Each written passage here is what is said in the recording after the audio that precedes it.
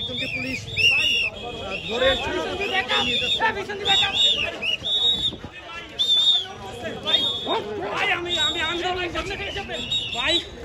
আমি তো কিছু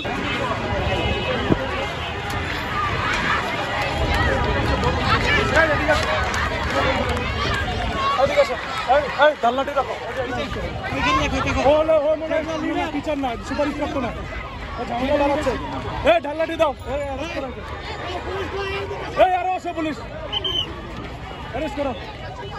ওই যে আমার লোক আছে সমস্যা নেই আপনি কি মনে করছেন এই দিকে আসো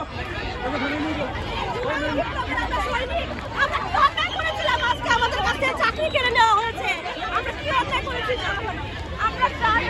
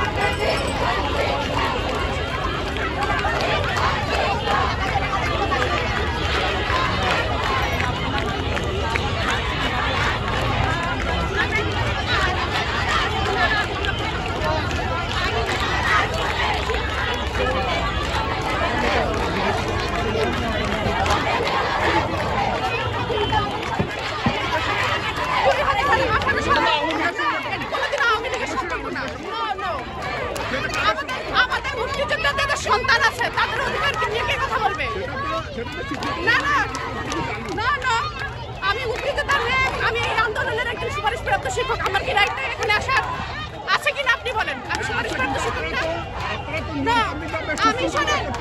আমি এই আন্দোলন তারা করতেছে এখানে আমি যেহেতু জয়েন করবো না আমি এখানে আসার প্রয়োজন মনে করি নাই কিন্তু যেভাবে হামলা করতেছে সেহেতু আমি ঘরে বসে থাকতে পারি নাই যেহেতু আমি মেয়েদের কোটার পক্ষে মেয়েদের অধিকারের পক্ষে কথা বলি অবশ্যই আমাকে এই বিষয়ে কথা বলতে হবে আমাকে ধরে নিয়ে যাক আমাকে গ্রেফতার করুক আমাকে ফায়ার করুক শুট করুক আমি একটা ফ্রিডম ফাইটারের মেয়ে আমি এগুলো কোনো কিছু পড়াশোনা করি না আর আওয়ামী লীগের কোনোদিন আমি মাঠে রাজনীতি করি নাই আমাকে কেউ আওয়ামী লীগের দোষে এই ধরনের কথা বললে সেগুলো আমি মেনে নেব না